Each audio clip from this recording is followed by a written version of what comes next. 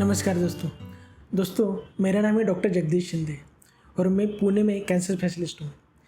और आज मैं आपको ब्रेन ट्यूमर के ट्रीटमेंट के बारे में इंफॉर्मेशन बताऊँगा। पिछले वीडियो में हमने ब्रेन ट्यूमर के सिम्टम्स कौन कौन से हैं और कौन कौन से टेस्ट किए जाते हैं उसके बारे में आपको इन्फॉर्मेशन बताई है। अभी मैं आपको ब्रेन ट्यूमर में ट्रीटमेंट कैसे किया जाता है उसके बारे में आपको इन्फॉर्मेशन बताऊँगा। दोस्तों, जब ब्रेन ट्यूमर डिटेक्ट हो जाता है, पेशेंट को सर दर्द हो जाता है, उसके बाद या फिर कोई और सिम्टम हो जाता है जैसे कन्वुलेंस है, सीजर्स है, या फिर नौसिया वोमिटिंग है, ऐसे सिम्टम हो जाते हैं। उसके बाद पेशेंट डॉक्टर के पास जाते हैं। उसके बाद पेशेंट का सीटी स्कैन, एमआरआई स्कैन किया जाता है। सीटी स्कैन, एमआरआई स्कैन में ऐसा पता चलता है कि पेशेंट को ब्रेन में कुछ ना कुछ ट्यूमर है और उसके बाद आगे का ट्रीटमेंट शुरू किया जाता है। तो ब्रेन में जो अलग अलग टाइप के ट्यूमर हैं, इसमें नॉन कैंसरस और कैंसरस, ये दो टाइप के ट्यूमर होते हैं। तो जब एमआरआई स्कैन किया जाता है या सीटी स्कैन किया जाता है तो एक आइडिया आ जाता है कि कौन से टाइप का ट्यूमर हो सकता है। तो अगर जो ट्रीटमेंट होता है वो ट्रीटमेंट डिपेंड करता है कि कौन से टाइप का ट्यूमर है। कभी कभी क्या होता है कि जो ट्यूमर है वो ब्रेन में ही डेवलप हो जाता है, मतलब ब्रेन का ही ट्यूमर होता है।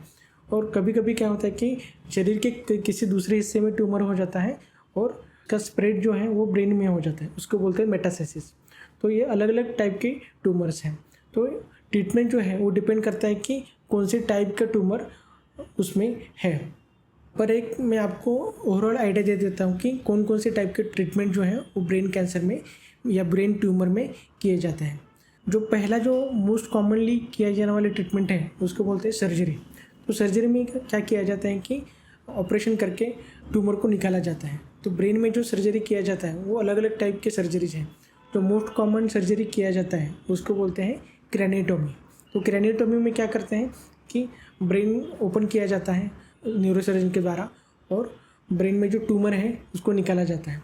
इसके अलावा कभी कभी अगर कुछ स्पेशल केसेस में एंडोस्कोपिक सर्जरीज किए जाते हैं, जिसमें सपोज पिट्यूटरी ट्यूमर है तो पिट्यूटरी में कुछ एक स्कोप डाला जाता है, नाक के थ्रू इंट्रानेजल रूट से भी सर्जरी किया जाता है। तो ये डिपेंड करता है कि ट्यूमर का लोकेशन कहाँ पर है, किस टाइप का ट्यूमर है, उसके हिसाब से सर्जरी किया जाता है। तो सर्जरी में हम क्या करते हैं कि सर्जरी में जो ट्यूमर है उसका ट्यूमर का रिसेक्शन किया जाता है। सर्जरी डिपेंड करता है कि ट्यूमर का लोकेशन कहाँ पर है।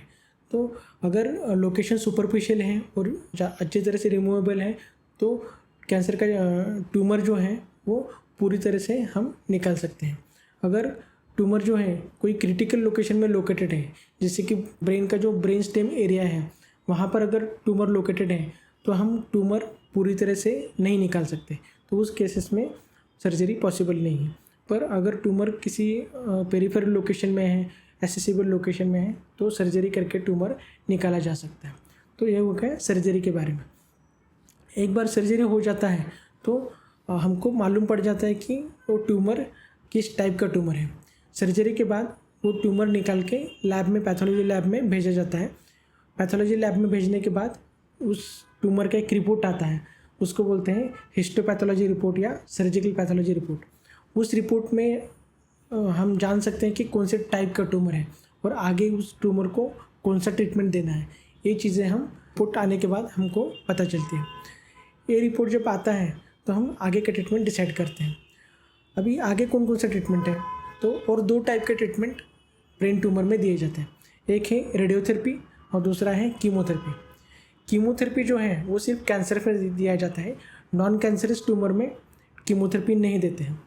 मैं अभी आपको रेडिएशन थेरेपी के बारे में इंफॉर्मेशन बताता हूँ।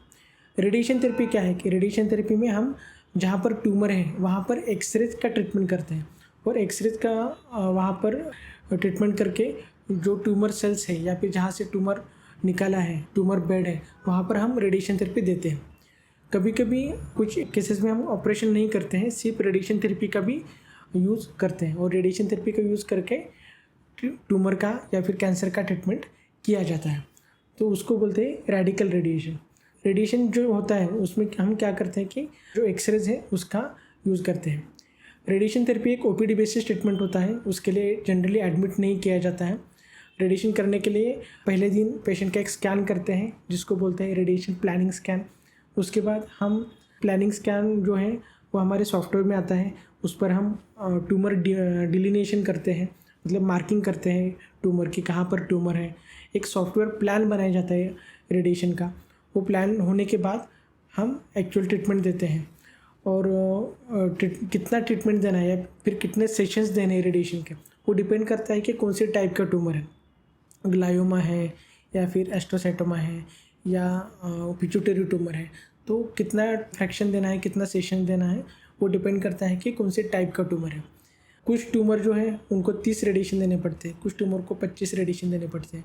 कुछ SRS नाम का एक ट्रीटमेंट है, मतलब स्टीरियोटैक्टिक रेडियो सर्जरी, उसमें हम सिर्फ एक ही फ्रैक्शन में पूरा ट्रीटमेंट कंप्लीट कर लेते हैं।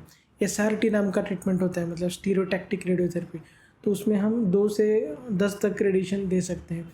तो ये अलग अलग टाइप के ट्रीटमेंट्स होते हैं। ये डिपेंड करता है कि आपका ट्यूमर का टाइप कौन सा है। तो इस तरह से रेडिएशन थेरेपी दिया जाता है।